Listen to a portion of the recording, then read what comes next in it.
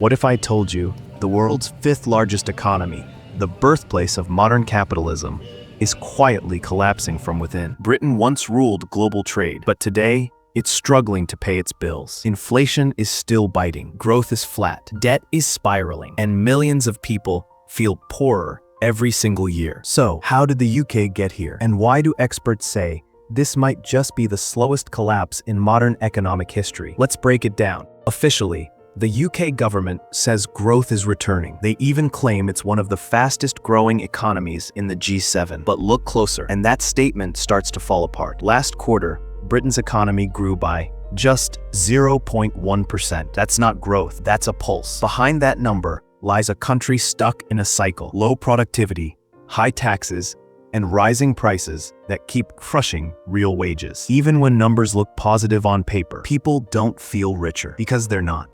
In the latest consumer surveys, the British public gave their economy a confidence score of -32, levels last seen after the infamous mini-budget crisis. Yet weirdly, personal finance confidence is slightly positive. People believe their own situation might improve. It's a strange contradiction. We think the economy is broken, but somehow we'll be okay. Maybe that's because people have stopped believing the system will help them and started relying only on themselves. Let's talk inflation, the silent killer of the British economy. The UK has had the highest inflation in the G7, with the IMF projecting it will stay high through 2025, averaging around 3.4%. That means everything, from your groceries to your mortgage, costs more. And to fight inflation, the Bank of England hiked interest rates higher than expected. Higher rates crushed borrowers, raised government debt costs, and made mortgages painfully expensive. In fact, interest payments alone blew a £22 billion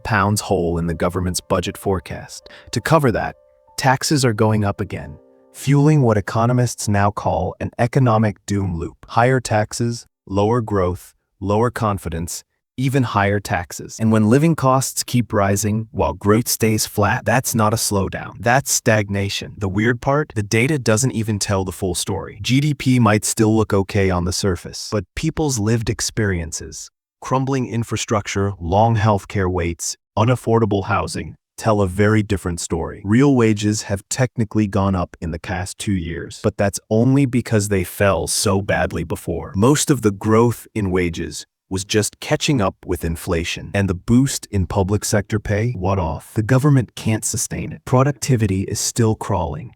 Businesses aren't investing.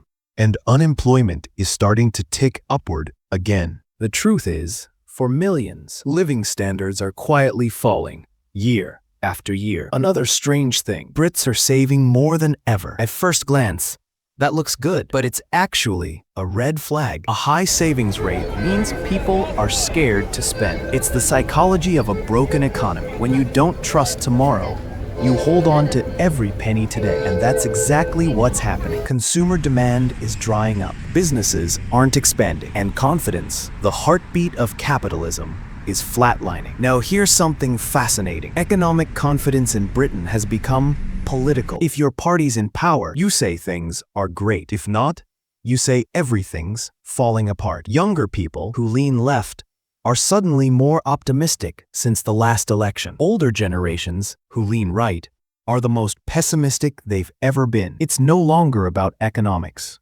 It's about identity, and that makes real reform almost imp. Now, let's look at the bigger threat.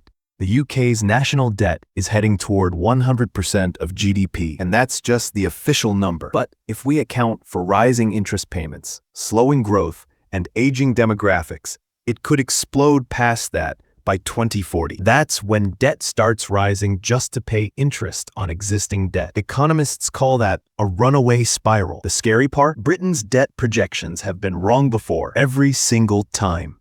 Each time, the government says, we'll get it under control. Something else hits. The 2008 crash, COVID, Ukraine, energy shocks. There's always another storm. And the worst part is still coming. By 2050, Britain will have one of the oldest populations in Europe. That means more pension payouts, more healthcare costs, and fewer taxpayers to fund them. So while spending rises automatically, tax revenues shrink. The math stops working. And that's when things start to crack. Governments could cut benefits. But that's political suicide. They could raise taxes, but people are already stretched, so they just keep borrowing until the debt becomes too big to ignore. Here's the real reason collapse feels inevitable. Every solution makes another problem worse. Raise interest rates, you crush growth. Cut taxes, you widen the deficit. Print money, inflation spikes. Cut spending, people revolt. It's like being trapped in quicksand. The more you move, the faster you sink. And this political paralysis, this fear of doing anything unpopular, is exactly why the system can't heal itself. The truth is, Britain isn't collapsing overnight. It's decaying slowly, like a grand old building that still stands, but creaks a little more every year. The roads still work, the lights are still on, but behind the scenes, the foundation is cracking. You can't see it every day, but one morning, it'll give way. So what happens next? If nothing changes, the UK faces a lost decade.